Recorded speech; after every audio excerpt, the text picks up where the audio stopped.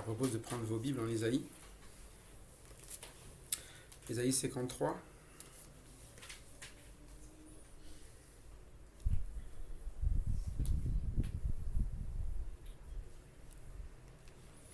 Et on va prendre des versets 7 au verset 12.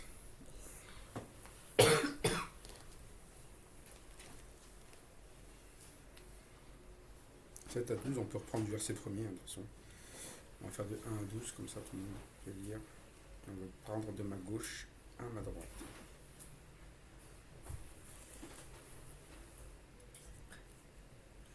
Qui a cru à ce qui nous était annoncé? Qui a reconnu le bras de l'Éternel?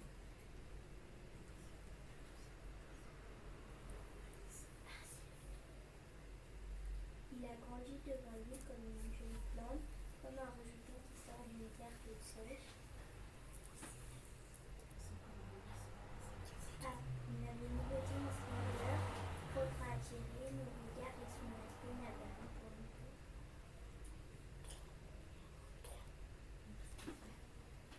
Tout le monde le méprisait et l'évitait. C'était un homme qui souffrait, habitué à la douleur. Et il était comme quelqu'un que personne ne veut regarder. Nous le méprisons, nous le confions pour rien. Cependant, ce sont nos souffrances qu'il a portées, c'est de nos douleurs qu'il s'est chargé. Il l'a considéré comme puni, auprès de Dieu et humilié. Il était blessé pour nos péchés, brisé pour nos iniquités. Le châtiment qui nous donne la paix est tombé sur lui, et c'est par ses meurtrissures que nous sommes guéris. Nous étions tous errants comme des brebis, chacun suivait sa propre voie. Et l'Éternel a fait retomber sur lui l'iniquité de nous tous. Il a été maltraité, opprimé. Il n'a point vers la bouche, semblable à un agneau qu'on mène à la boucherie, à une brebis muette devant ceux qui l'attendent. Il n'a point vers la bouche. Il a été enlevé par l'angoisse et le châtiment, épargné de sa génération. Qui a cru qu'il était retranché de la terre des vivants et frappé pour les péchés de nos pères? On a mis son tombeau parmi les méchants, sa tombe avec le riche, alors qu'il n'avait pas commis de violence et qu'il n'y avait pas eu de tromperie dans sa bouche. L'Éternel a voulu le briser par la souffrance. Si tu fais de sa vie un sacrifice de culpabilité, il verra une descente et vivra longtemps. Et la volonté de l'Éternel sera accomplie par son intermédiaire. Après tant de troubles, il verra la lumière et sera satisfait. Par sa connaissance, mon serviteur juste procurera la justice à beaucoup d'hommes. C'est lui qui portera leurs fautes. C'est pourquoi je lui donnerai sa part avec les grands. Il partagera le butin avec les puissants, parce qu'il s'est livré lui-même à la mort, et qu'il a été mis au nombre des malfaiteurs, parce qu'il a porté les péchés de beaucoup d'hommes, et qu'il a intercédé pour les coupables. Voilà, on avait rappelé la dernière fois ce que l'Éternel a fait, c'est que il est venu, au final, par son serviteur Christ, il est venu pas pour quelque chose qui allait plaire. Il est venu pas pour quelque chose qui paraîtrait beau ou logique à notre vue. Il est venu pour, au final, souffrir, pour être abandonné, méprisé. Littéralement, c'est de simplement comprendre que tout humain se détournerait de sa manière de faire ou d'agir, ne s'intéresserait pas. C'est ce qu'il dit, hein, mépriser, abandonner des hommes. Mais lui, sa vie, ça va être d'être celui qui va accepter cette situation. Et l'accepter, pas parce que c'est quelque chose qu'il va subir, mais c'est parce que c'est quelque chose qu'il va faire pour nous ramener, dit le verset 6, de là où nous sommes tous, c'est de nos propres voies. La voie qui est la nôtre, elle est celle qui se trompe toujours. Preuve, on ne sait pas reconnaître un Messie qui vient nous sauver, voire même on méprise réellement ce que Dieu veut faire paraître comme grand. Dans ce passage, aux yeux des hommes, Christ a paru comme étant puni, Christ apparu comme étant frappé de Dieu, humilié. Pourtant, il est plutôt l'œuvre que Dieu veut accomplir pour nous ramener. Et nous ramener au final de pires problèmes de l'homme. Nous étions tous errants comme des brebis. Et quel est le problème de l'homme? Chacun suivait sa propre voie. Et c'est là qui est intéressant, c'est que ça veut dire que si on regarde toutes les voies de l'homme, toutes elles peuvent lui plaire, mais il y a une voie qu'elle n'aime pas, c'est celle de Dieu. Et quand il veut les ramener, c'est qu'il veut les ramener dans une seule voie, c'est celle de Dieu. Et la manière dont il va le faire, c'est qu'il va présenter sa voie par Jésus-Christ. Mais nous, on n'y croit pas. Comment une vie comme Christ peut être la bonne voie? C'est pour ça que dès le départ, il dit, mais qui a cru à notre prédication? Qui a reconnu le bras de l'Éternel? La puissance de l'Éternel, son bras, est-ce que vous savez à quoi ça ressemble? Parce que nous, quand on regarde quelque chose qui est puissant, on veut regarder quelque chose de beau, de grandiose, de spectaculaire. Là, c'est tout le contraire. Ça n'a rien pour attirer nos regards.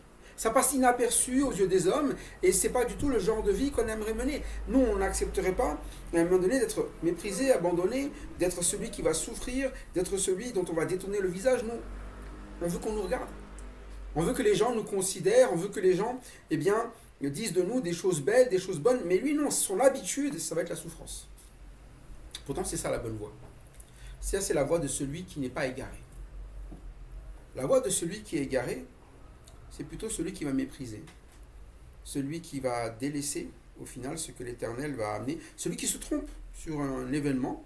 Il pense qu'à un moment donné, Christ, ça va être un moment, oh là là, Dieu, à un moment donné, l'a condamné. Pourtant, c'est le moment de victoire que Dieu a donné.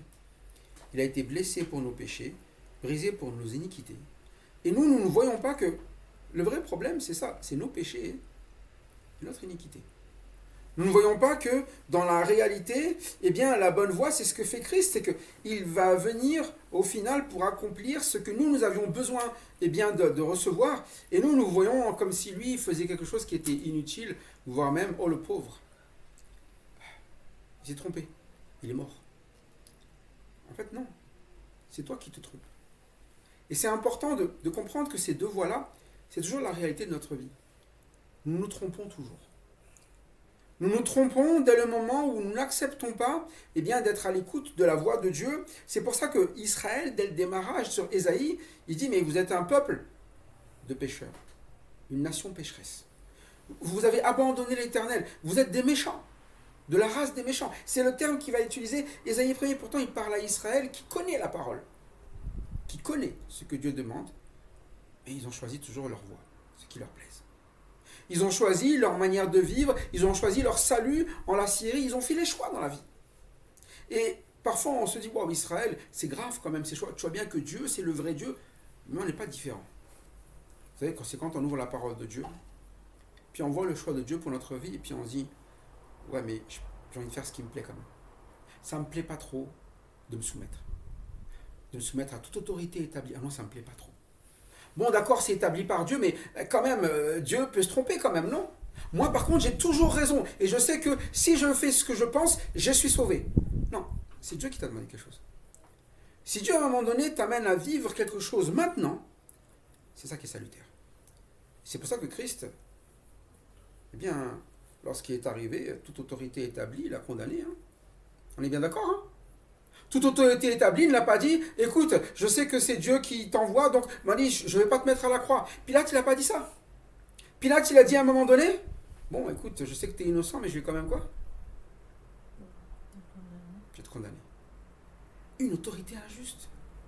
Mais pourtant, qu'est-ce qu'il a dit, Jésus-Christ? Il a dit, t'inquiète pas, je sais ce que tu fais, c'est parce que mon Père t'a donné de le faire. Et c'est là toute la différence entre quelqu'un qui connaît le bras de l'Éternel, la puissance de Dieu. Elle n'est pas dans ce qu'on pense nous. La puissance de Dieu, elle est d'accomplir un plan pour le salut de l'homme, le salut de ceux qui sont écrasés par le péché. Et quand nous sommes en Christ, c'est là notre vraie puissance. Pas de paraître grand et fort et de tout prévoir, mais de laisser l'Éternel nous diriger sur le pas de Christ. Comme le dit Pierre, à ceux qui écrit la lettre, dans la lettre de Pierre, aux étrangers, aux voyageurs, il leur dit à un moment donné, nous avons été appelés à souffrir. Et pour cela, eh bien, il parle de marcher sur les traces de Christ. Et les traces de Christ, c'est pas comme s'il n'avait pas bien montré c'était quoi sa route. La route, c'est quoi? C'est qu'à un moment donné, on va être eh bien, des personnes qui vont d'abord recevoir l'ordre de Dieu, la vie que Dieu nous a demandé de vivre, c'est-à-dire accepter l'œuvre de Christ pour que le péché soit brisé, l'iniquité retirée, pour que nous croyions réellement qu'il y a un châtiment que Christ a pris et c'est le seul moyen d'avoir la paix. C'est parce que c'est tombé sur lui que nous avons la paix. Ce n'est pas à cause de nous. C'est parce que lui a accepté d'être meurtri que nous sommes guéris. Ce n'est pas nous qui sommes capables. Nous ne sommes tous que quoi? Nous étions tous, verset 6, des brebis errantes. Chacun suivait sa propre voie. Et l'Éternel a fait retomber sur lui l'iniquité de tous. Voilà ce que c'est la grâce de Dieu. C'est-à-dire qu'à un moment donné, nous sommes sur une mauvaise voie toujours, mais Dieu, il est toujours là pour, eh bien, racheter ce qui est perdu, nous racheter. Et ça a un coût. Et c'est la voie, eh bien, de ceux qui croient. Celui qui veut vivre pieusement, il va vivre le verset 7. Comment il dit quoi? Maltraité et opprimé. Vous voyez? Et nous, on dit, mais c'est faible. Oui, c'est ce qui était prévu. Ce qui est faible va être la force de Dieu. Maltraité, opprimé, c'est jamais la position qu'on veut. Nous, on veut être forts, ceux qui maîtrisent, ceux qui ne sont pas persécutés. Nous essayons même d'éviter cette vie-là. Mais il dit, maltraité, opprimé, voici la solution dans ce moment-là. Qu'est-ce qu'il a fait? Il n'a pas ouvert la bouche. Nous, maltraités, opprimés, pas contents. Des manifestants. Ça, c'est la voix de l'homme. C'est à un moment donné, on va marcher dehors, on va dire, nous, on a besoin, on est des minorités, et là, faites-nous paraître, un peu comme la plupart des petits groupes, vous savez, de minorités qui font des manifestations pour essayer de paraître. Parfois, on est comme ça, les chrétiens. On veut paraître par nous-mêmes. Mais il dit non. Est-ce que tu connais le bras de l'Éternel? Le bras de l'Éternel, si tu le connais, tu acceptes la route qu'il te donne. Parce que tu sais ce qu'il y a au bout. Tu as déjà gagné, toi. Hein? Quand Christ va parler de porter eh bien, nos péchés, être maltraité, opprimé, ce moment va être un moment qui va vivre pour nous, mais il a déjà quoi? Il a déjà gagné. Avant même qu'il ne vienne eh bien, sur cette terre, il n'était pas là en train de dire « je vais essayer de me battre pour vous ». Il est venu et il savait déjà qu'à un moment donné, ils allaient nous ramener quoi? Il allait nous ramener quoi? La victoire. Et parfois, nous sommes là sur cette terre, en train de marcher, en essayant d'avoir des petites victoires sur cette terre. Je suis toujours étonné qu'on essaie de convaincre les gens d'être d'accord avec nous. Mais s'ils étaient d'accord avec nous, ça veut dire qu'ils marchaient sur une bonne voie. Hein, si nous sommes en Christ. Mais il faut qu'ils reconnaissent leur péché, simplement. Il faut qu'ils reconnaissent que Christ eh bien, est mort pour eux et c'est lui qui va changer leur vie. C'est lui qui va changer leur péché. C'est lui qui va les ramener de là où ils marchaient, là où ils sont errants. Et parfois, nous essayons de convaincre les gens par nous, notre argumentaire, au lieu de les convaincre de venir à Christ. Et de laisser Christ vrai dans leur vie. C'est pour ça que, vous voyez, Christ même, il est arrivé, il dit, mais maltraité, opprimé, il n'a pas ouvert la bouche. Il y a une œuvre qui est en cours là et qui va se passer. Et il était plutôt quoi? Semblable à un agneau qu'on mène à la boucherie. Une brebis muette devant ceux qui l'attendent. Il n'a point ouvert la bouche. C'est assez répété. Pour comprendre qu'à un moment donné, la manière dont Dieu veut nous amener eh bien, à gagner, si nous suivons Christ, c'est la manière de Christ. C'est pour ça que nous sommes appelés petits Christ, chrétiens. Sinon, ça ne sert à rien de s'appeler comme ça. Si vous ne voulez pas marcher comme Christ, changez de nom. Parce que marcher comme Christ, ça veut dire que ce qu'il a fait, vous allez accepter de le vivre aussi dans votre vie. Et souvent, le souci dans l'Église, c'est que nous voulons vivre autre chose que ce que Christ. Avec une dire, mais moi je veux la paix, mais la paix à la façon de l'homme. Je veux que personne ne m'embête. Non mais moi je veux être dans la joie, mais la joie à la façon de l'homme. Je veux des moments là où c'est la fête. Des moments où j'ai l'impression que les gens me regardent, les gens pensent à moi, les gens m'aiment. Non, je veux pas qu'on me détourne le regard de moi. Je veux pas qu'à un moment donné on me considère qu'on peut. Je veux qu'on me considère comme quelqu'un d'important. Pourtant, c'est pas ce que Christ a fait. Hein. Lui, il a été regardé comme une personne quoi? Méprisée et abandonnée des hommes. Semblable à celui dont on détourne. Et ça, vous savez, c'est la vie normale quand on accepte la vie avec Christ. Si on cherche à fuir ça, c'est qu'on cherche à fuir la vie de Christ et on cherche à fuir la puissance que nous a été donnée. C'est ça le bras de l'Éternel, la puissance de Dieu. Elle s'est révélée en Christ. L'évangile a été très clair par Jésus-Christ. C'est par sa mort que nous avons eu la victoire. C'est parce qu'il est mort et qu'il a emporté le péché avec lui, qu'il a fait du péché quelque chose qui est englouti, et à un moment donné, nous avons pu dire « je ne suis plus condamné ». Et par sa résurrection, qui était certaine, à un moment donné, nous a tracé une nouvelle route. On a une nouvelle vie à mener. On n'a plus cette vie terrestre à s'inquiéter simplement de qu'est-ce qui va se passer demain. Et c'est là où ce chapitre est très important, parce qu'il parle de Christ, non seulement de son œuvre qu'il va accomplir pour nous, mais aussi de celle d'un serviteur parfait, qui marche complètement dans la volonté du Père. Et quand on cherche la volonté du Père, mais qu'on ne veut pas suivre Christ, c'est de l'absurdité. C'est pour ça qu'il explique la manière. En fait, on ne va pas parler. C'est pas par des mots qu'on va, à un moment donné, justifier les choses ou argumenter les choses. C'est simplement par une vie qui accepte la puissance de Dieu qui va agir. Il a été comment? Il a vécu un temps, verset 8. Il a été élevé par l'angoisse, le châtiment. Et quand on a vu ça, parmi ceux de sa génération, il a dit quoi? Qui a cru? C'est la question. On n'y croyait pas. Hein. Aujourd'hui, c'est une évidence pour nous. On est tous là à se dire, ah mais évidemment c'est le Christ. Ah oui, évidemment, cette œuvre qu'il a fait, c'est pour payer pour le péché. Mais même parmi ses disciples, à un moment donné, ils ont tous cru quoi? Les bons jours sont finis. Vous vous rappelez, Pierre, quand on commence à lui demander son lien avec Christ, il commençait à dire quoi? Je connais pas. Et parfois on se dit, c'est terrible ce que fait Pierre, mais c'est ce qui se passe dans notre vie. Lorsqu'à un moment donné, nous ne marchons pas derrière Christ, nous commençons à nous éloigner de sa personne, à nous enlever toute relation avec lui, parce que, non, c'est abusé quand même. Et puis, on a l'air de quoi? D'avoir perdu. Aujourd'hui, on essaie de faire montrer une image que des chrétiens, c'est des personnes, à un moment donné, qui sont des bulldozers et qui sont capables de tout raser et qui gagnent sur tout. Vous savez, toujours béni. C'est quoi toujours béni? Jamais de problème. Toujours prospère, riche, bonne santé, tac, tout est bien, tout est parfait. Mais là, on parle de quelqu'un qui, aux yeux des hommes, était comme une figure, quoi, qui n'était pas plaisante. Et c'est là où, parfois, nous avons même cette image que nous dessinons du Seigneur. Ça doit être quelqu'un avec un extrêmement beau visage. Mais c'est pas ça qui est dit là. Nous dessinons des choses parce que nous ne voulons pas concevoir qu'à un moment donné, Dieu a voulu donner quelque chose qui ne plaisait à personne, mais qui était bon. C'est pour ça que quand vous venez même à la parole de Dieu, ça plaît à personne. Mais c'est bon. Et il n'y a que ceux qui ont goûté qui disent quoi? Mais au premier regard, faut que j'écoute encore. Faut que j'écoute la Bible, faut que j'écoute la parole, faut que je fasse ça, faut que là. Oui. Mais quand tu l'auras fait, tu verras, c'est bon.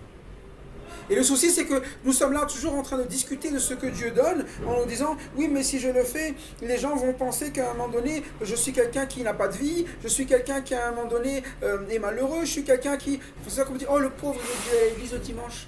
Oh le pauvre, il n'a pas le droit. Oh le pauvre, ah t'as pas le droit de faire ceci. Oh le pauvre, t'as pas... Oh, mais en fait, on est gagnant.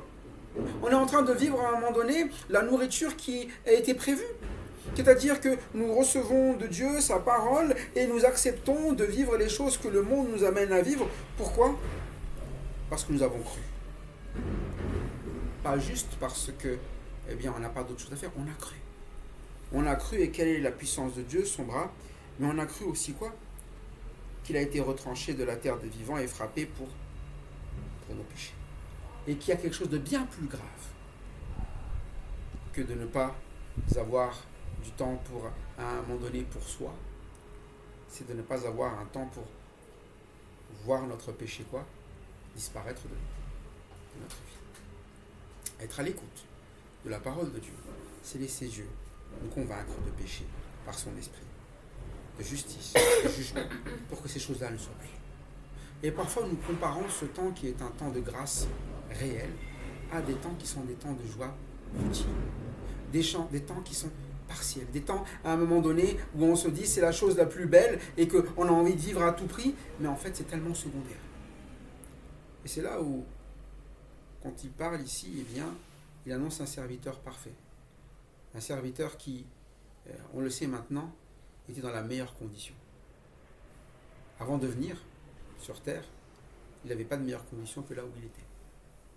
Pourtant, il est venu lui-même pour vivre quoi? Il est ici pour être enlevé par l'angoisse et le châtiment. Il n'y a pas d'angoisse ni de châtiment au ciel. Parfois, nous, on quitte des choses pour des choses plus difficiles. Ça arrive.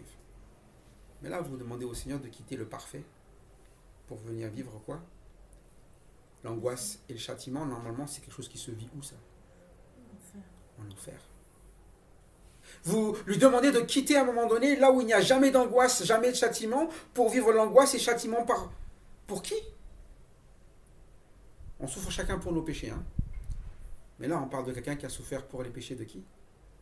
Le monde entier. Déjà, souffrir pour nos péchés, c'est douloureux. La conséquence. Vous imaginez un peu? La raison pour laquelle il est venu, c'est pas juste de dire je vais avoir mal un peu. C'est que tout ce qui est la douleur de chacun d'entre nous, il a dit accepte de le prendre. Pourtant, il vient d'un endroit où la douleur n'existe pas. Et nous avons du mal parce que nous avons un peu plus de douleur ou un peu moins, alors que nous avons une promesse de quelque chose où il n'y aura plus jamais. Et c'est là où c'est souvent le souci, c'est que quand nous regardons l'œuvre de Christ, nous regardons son œuvre comme quelque chose parfois à la troisième personne, on dit mais c'est lui. Et nous, on n'est pas très concernés, si ce n'est que voilà, moi j'ai cru, je suis sauvé, maintenant toi tu continues eh bien, à avoir ce visage de celui qui souffre, et moi je dois avoir le visage de celui qui est prospère. Sauf que nous avons été appelés à le suivre. C'est lui qui l'a dit. Celui qui me suit. C'est celui-là qui ne marchera pas dans les ténèbres. Celui qui s'égare, c'est celui qui ne suit pas Christ. Et quand on ne le suit pas, eh bien on est plutôt de l'autre côté. On est de ceux qui ne croient pas et de ceux qui maltraitent, ceux qui oppriment, ceux qui parlent tout le temps. Il est toujours à ouvrir la bouche. Il n'est jamais content. Toujours en train de montrer qu'à un moment donné, il s'oppose toujours à tout. Je suis très étonné qu'à un moment donné, on se trouve normal d'avoir le rôle d'opposant. Le rôle d'opposant n'est pas un rôle pour le chrétien. Le rôle d'opposant, c'est pour les opposants, les adversaires, les ennemis. Et le mot adversaire n'a jamais été donné à Christ. Le mot adversaire a été donné à qui? Au diable. Christ n'est pas l'adversaire du diable, c'est le diable qui est l'adversaire de... Et c'est là parfois où nous avons du mal à comprendre. L'adversaire, c'est celui qui vous poursuit tout le temps. Et vous poursuit tout le temps. Il veut absolument que vous tombiez. Il veut absolument montrer qu'à un moment donné, ce qu'il fait, c'est ce qu'il faut faire. Il veut absolument montrer. Il poursuit tout le monde pour cela. Mais Christ n'a jamais poursuivi Satan. Hein. Qui n'arrêtait pas de poursuivre Christ? À tous les étages. Mais c'est vrai aussi quand vous voyez eh bien, les pharisiens qui n'arrêtaient pas de poursuivre Christ. Vous n'avez pas vu Christ poursuivre les... Et c'est ça les opposants. Mais dans une église, c'est pareil. Il y aura toujours des opposants. Des gens qui passent leur temps à poursuivre. Ce qu'on appelle persécuter. Et puis il y a ceux qui sont persécutés. Et devinez ce que la parole dit. Ceux qui sont persécutés, ce sont ceux qui sont quoi? Pieux. Qui cherchent la vie avec Dieu. C'est pour ça que ne vous trompez jamais de côté. Et pour ne pas se tromper de côté, suivez Christ, sinon vous allez vous égarer. Et de sa génération, très peu ont cru. Très peu ont compris que c'était pour son peuple, pour tous ceux qui sont là, eh bien qu'il est mort. Pourtant tout son peuple criait quoi à ce moment-là? Hein? Crucifiez-le, non? Tous ils disaient crucifiez-le, mais ils ne comprenaient même pas que c'était pour eux qui vivaient. Cela. Et c'est ça qu'on vous persécute. En fait, vous faites du tort à quelqu'un. Dans la réalité, peut-être que c'est cette personne qui était là pour vous soutenir. Et c'est là le souci, souvent. C'est pour ça que vous retrouvez toujours ceux qui persécutent, ils persécutent ceux qui sont là pour les aider. Alors, vous regardez Moïse. Vous savez qui persécutait Moïse? Vous ne connaissez pas l'histoire? Hein? Ça, Sa sœur, enfin, mais elle m'a fait tout le... Il murmurait pour savoir s'ils allaient les faire mourir. Hein. Parfois, vous lisez ça. Vous dites, mais attends, c'est pas lui qui les a conduits à sortir de... Et lui, il les conduit. Lui, il les amène. Et eux, ils veulent quoi? Le tuer. Et c'est toujours la même chose. Et lui, il a dû quoi? Les supporter tout au long. C'est pour ça qu'il dira ça de Moïse, non? Il a dit, Moïse, il n'y a pas plus patient que Moïse. Pourtant, on se dit, Moïse, il est patient. Oui. Vous ne connaissez pas le peuple qui le suivait. Hein. Il a été patient envers eux. Et c'est là où vous vous rendez compte qu'à un moment donné, quand on marche selon le Seigneur, on marche sur ses traces. Vous regardez Joseph, il a marché sur les traces de Christ avant même que Christ ne vienne. Hein. Qui l'a persécuté? Et pourtant, qui a bénéficié de sa vie? Ses frères. Vous voyez? C'est pour ça qu'on sait qu'il a le même esprit, et bien que Christ, au final, il marche selon Christ. Lui aussi a vécu de l'angoisse à cause de ses frères. Pourtant, c'est lui qui va ramener ce qui est salutaire à ses frères. Qui a cru? Qui a cru au moment où eh bien, le sacrifice a été fait que c'était pour lui, de sa génération. C'est pour ça qu'il dit de sa génération, de ceux qui étaient là. On a mis son sépulcre parmi le méchant, son tombeau avec le riche, quoiqu'il n'ait point commis de violence et qu'il n'y ait point eu de fraude dans sa bouche. Et c'est là où parfois nous n'acceptons pas l'injustice, on dit mais j'ai rien fait. Il y a quelqu'un qui n'a rien fait vraiment et qui a dit quoi? Malgré l'injustice, il n'a rien dit. Et c'est là où vous comprenez qu'à un moment donné, c'est ce qu'on appelle être spirituel, c'est qu'on vit selon l'esprit de Christ, c'est-à-dire qu'à un moment donné, on prend les fautes. Oui, il y a un tort. Mais celui qui est mature, normalement, le tort, il accepte de quoi? Il peut le prendre. Très bien. On a tort. Tu as tort. J'ai tort, si tu veux même. Mais dans la réalité, c'est pas ça qu'on va accabler dans la vie de d'autres. Ce que Christ veut, c'est relever eh bien, tous ceux qui ont dit qu'il avait quoi? Qu'il avait tort au final. Il avait tort. Tu persistes jusqu'au bout. Et il persistait jusqu'au bout.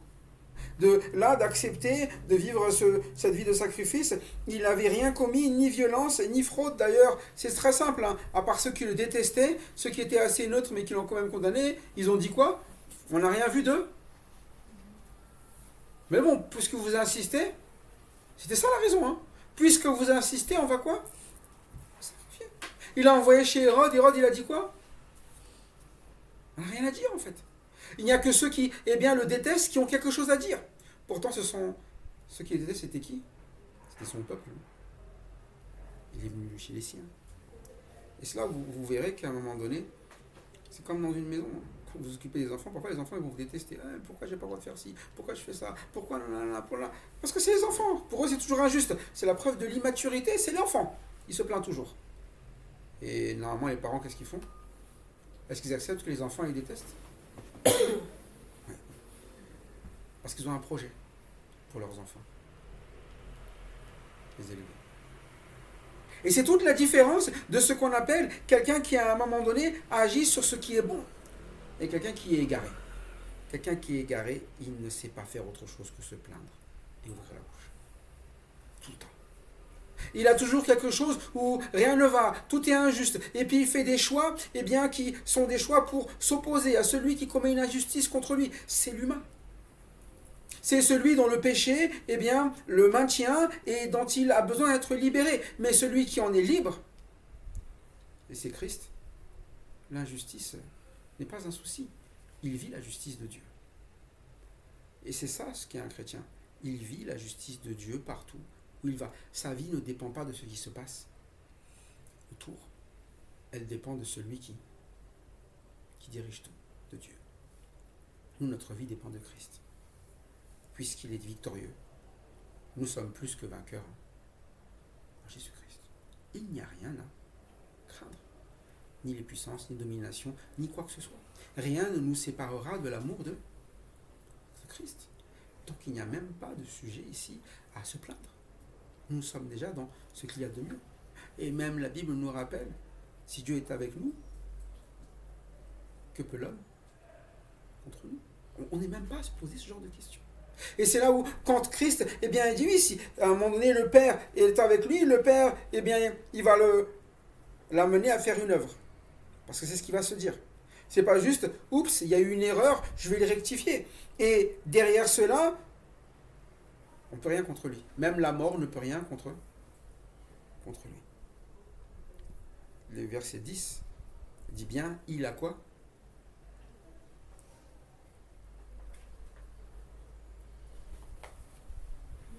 Il a plu à l'Éternel. Oui, c'est un mot qui ne dit pas, à un moment donné, il a essayé de trouver un autre... Non, il a plu à l'Éternel. C'est vraiment ce qu'il a voulu faire. De quoi? De le briser par la souffrance.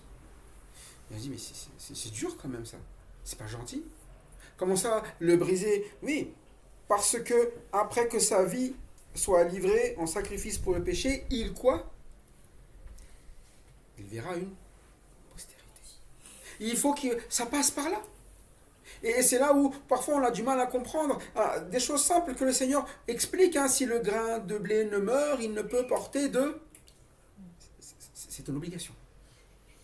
Et il a plu à l'Éternel signifie que oui, il va passer par là. Mais c'est ce qui va ramener quoi? À un moment donné, une postérité. Sinon, il n'y en a pas. Et c'est là où, quand Dieu fait quelque chose dans notre vie, parfois nous voyons la limite. On dit, mais ça ne marchera pas. Mais vous ne connaissez pas le bras de l'Éternel. Là où vous vous dites que ça ne marchera pas, c'est exactement ça qu'il fallait vivre. Et derrière, il y aura quelque chose que vous n'imaginiez. Une postérité. Vous vous dites, quand il y a une souffrance, il n'y a plus rien. Quand il y a la mort, il n'y a plus rien. C'est la croyance de tous les hommes. Il n'y a plus rien. D'ailleurs, après la mort, ça va être terrible à un moment donné. Donc profite de la vie aujourd'hui. Mais nous sommes censés savoir qu'il y a plus à profiter dans le ciel que ici. C'est pas ici notre attente. C'est pour ça qu'à un moment donné, il y a plus derrière, et le fait que l'on vive de la souffrance ici, en réalité, c'est d'en amener d'autres à comprendre qu'il y a plus derrière. Et parfois, nous sommes plus là, en train d'essayer de faire comprendre aux autres, non mais derrière, je ne sais pas ce qu'il y a, j'ai peur de ce qu'il y a, donc je vais profiter ici. Et parfois, même les chrétiens font ça. Dans les priorités, on aurait dit qu'on allait même que qui? Que les gens sur cette terre. Profite de ce qu'il y a ici.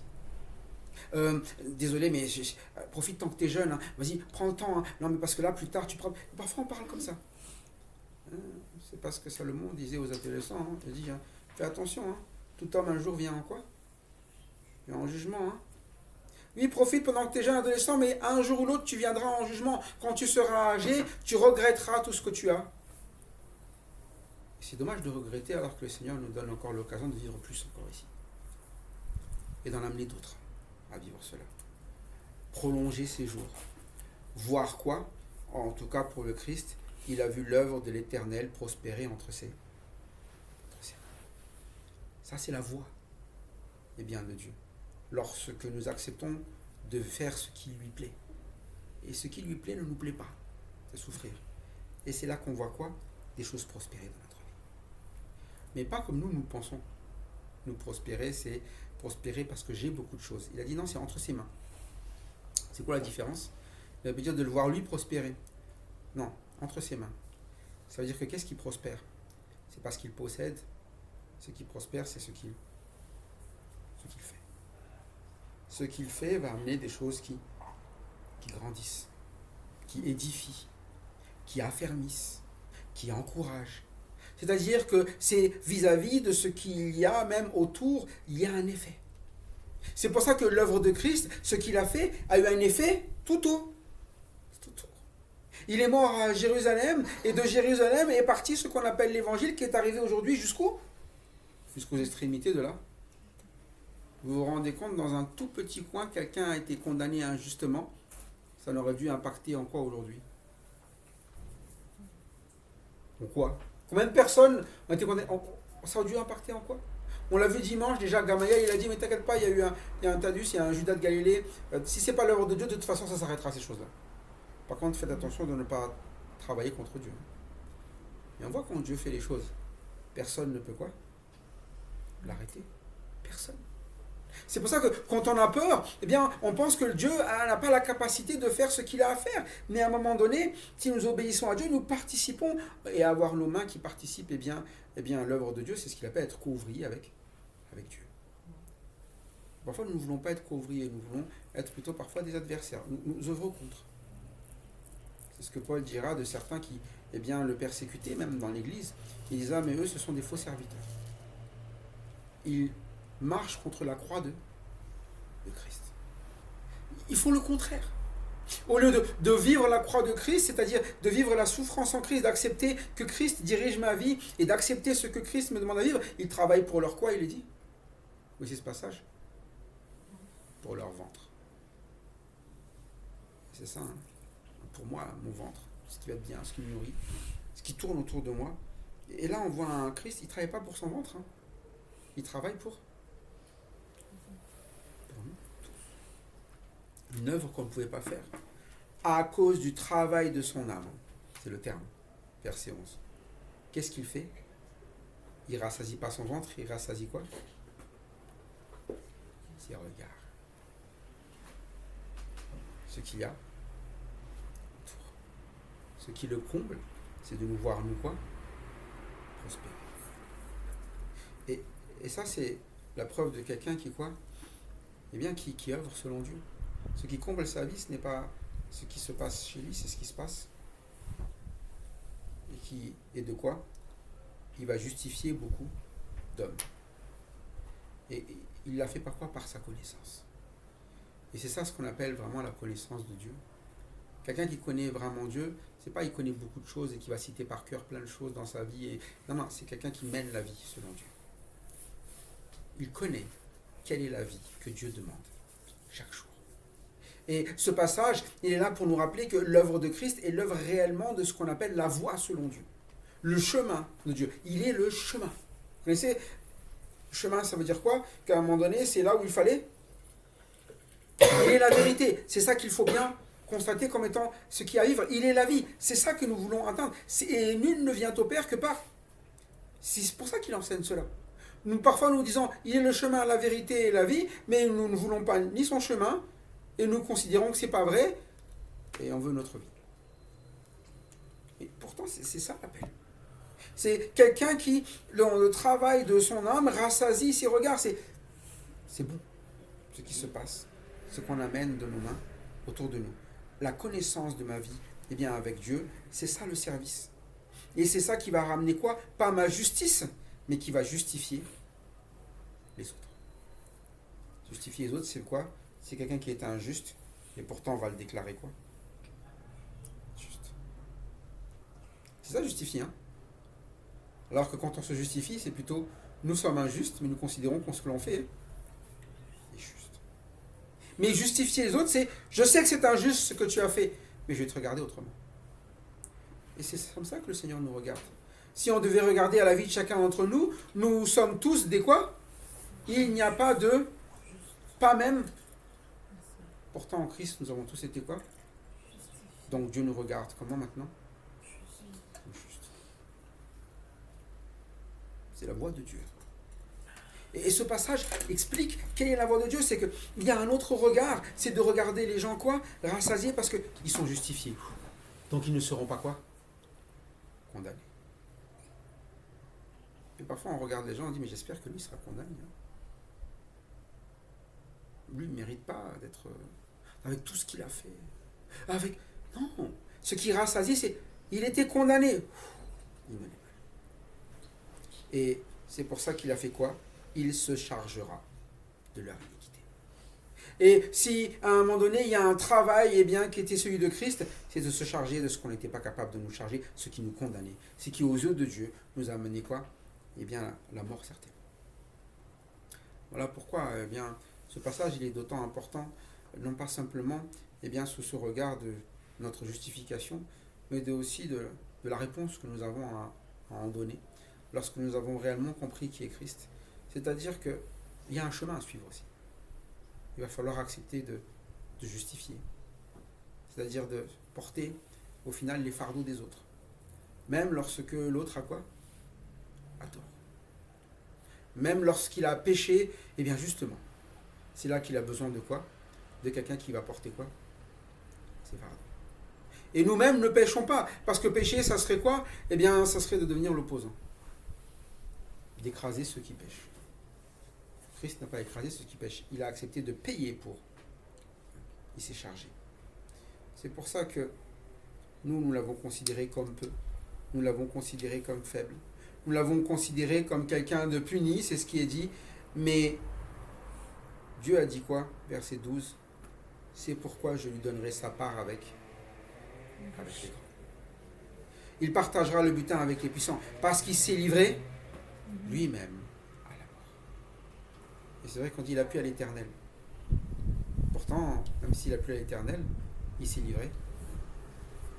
Mais c'est là où on appelle l'obéissance quelque chose où en fait on accepte.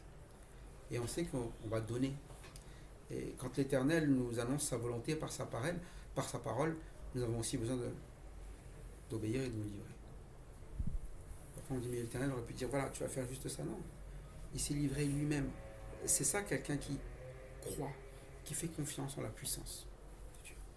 Il accepte qu'à un moment donné, ce qu'il va vivre va être quelque chose qui est entre les mains de l'Éternel et qui va permettre aux autres de quoi?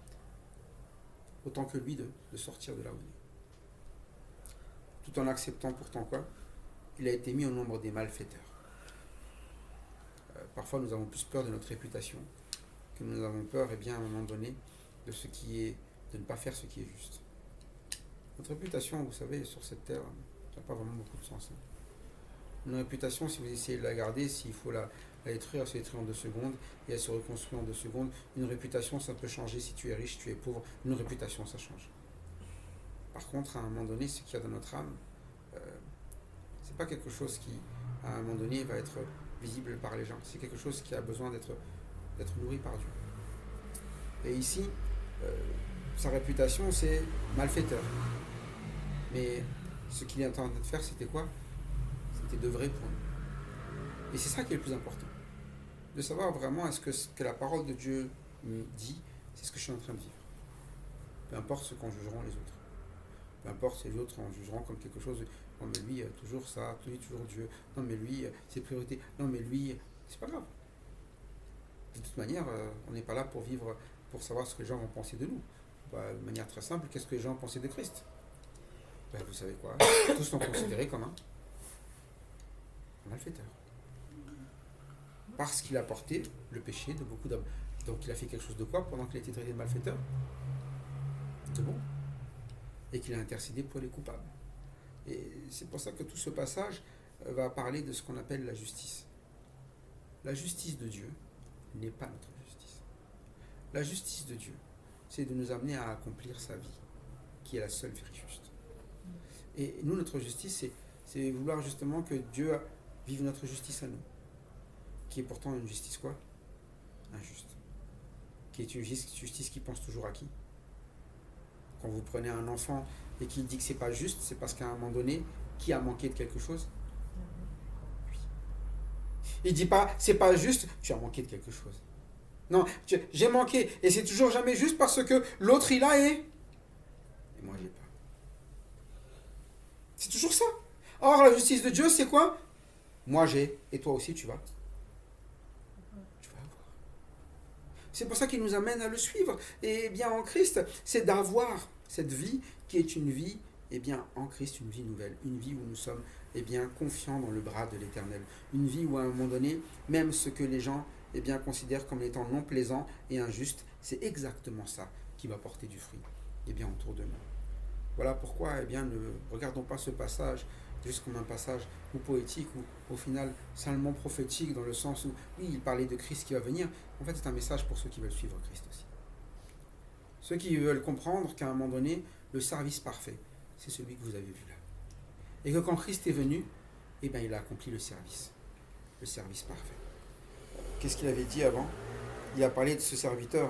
Il a dit ce serviteur-là, c'est le serviteur qui prospérera, il montera, il s'élèvera bien. Il a dit ça au chapitre 52, verset 13. Il a prévenu d'avance. C'est celui-là, ce serviteur. Donc c'est pour ça que c'est la route à suivre. Et nous n'acceptons pas le début. Commencer, eh bien, comme une faible plante, pour le laisser, eh bien, nous donner la part qui est la bonne part en Jésus-Christ. Voilà pourquoi, eh bien, soyons confiants plutôt dans l'œuvre de Christ, justement. Soyons confiants dans le sens où nous le suivrons. Et soyons confiants que ce qu'il a déjà accompli, ce que nous avons besoin de vivre, et que nous sommes juste que, aujourd'hui, ceux qui suivent cette route qui a déjà été tracée pour nous. Que Dieu, donc, nous soutienne par la force qui est en Christ. Et à lui seul la gloire. Amen.